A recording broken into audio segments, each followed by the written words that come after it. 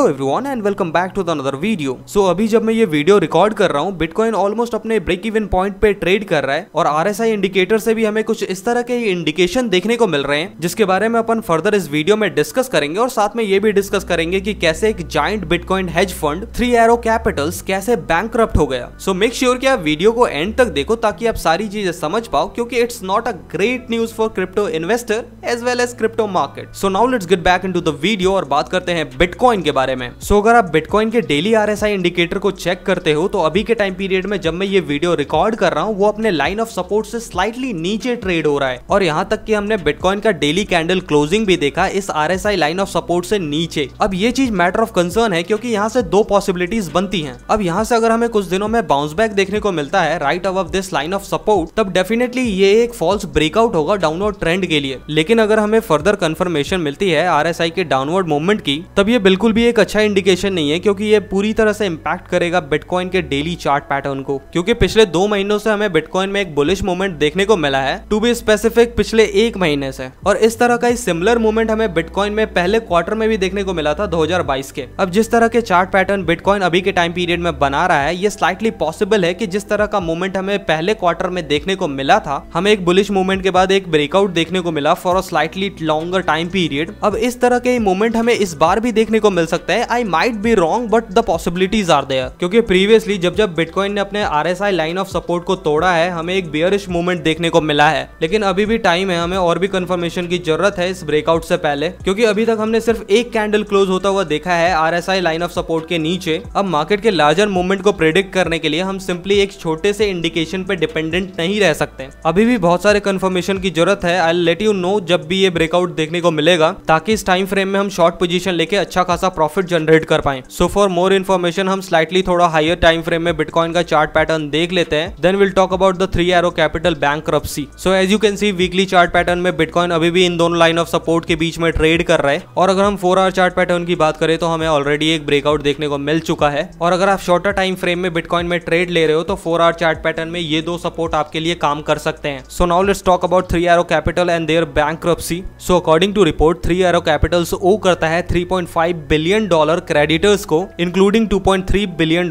Genesis को। So 3 arrow capitals पहले के टाइम पीरियड में करेंसी में डील करते थे, करेंसी में ट्रेड करते थे, एंड लेटर ऑन वो क्रिप्टो करेंसी और बिटकॉइन में भी डील करने लगे और one of the largest hedge fund बन गए बिटकॉइन और क्रिप्टो करेंसी इकोसिस्टम में। सो एक्चुअली में हुआ क्या है 3 एरो कैपिटल्स के बारे में, उसके बारे में डिस्कस करते हैं। सो अभी के टाइम पीरियड में अगर आपको या फिर मुझे क्रिप्टो करेंसी को बाई या सेल करना होगा, हम एक्सचेंज का यूज कर लेते हैं। लेकिन यही चीज फाइनेंशियल इंस्टीट्यूशन के साथ पॉसिबल नहीं है। वो ऐसे ही किसी क्रिप्टो करेंसी को बाई या सेल नहीं कर सकते हैं, क्योंकि जब भी इंस्टीट्यूशन बाई या सेल करती है वो बहुत बड़े अमाउंट में करती है। इसी वजह से उनको मार्केट में डायरेक्टली सेल या बाई करना अलाउ नहीं होता, क्योंकि मार्केट में फ्लक्चुएशन आ जाएगा। इसी वजह से बड़े बड़े इंस्टीट्यूशन यूज करते हैं ग्रे स्केल जैसी कंपनियों के टूल्स को या फिर ETFs को इस तरह के एसेट्स या फिर करेंसी में इन्वेस्ट करने के लिए। और यही सिमिलर चीज 3 एरो कैपिटल्स ने भी करा। उन्होंने ग्रे स्केल के GBTC को बाई करा, और इन्होंने इतना बाई करा कि एक टाइम पीरियड में GBTC के प्रीमियम 132.5% तक बढ़ गए थे। सो यहाँ तक सब कुछ सही चल रहा था 3 एरो कैपिटल्स के साथ, लेकिन इन्होंने सबसे बड़ी गलती कर दी कि इन्होंने कैश आउट नहीं करा जब प्रीमियम सबसे ज्यादा हाई चल रहा था GBTC का।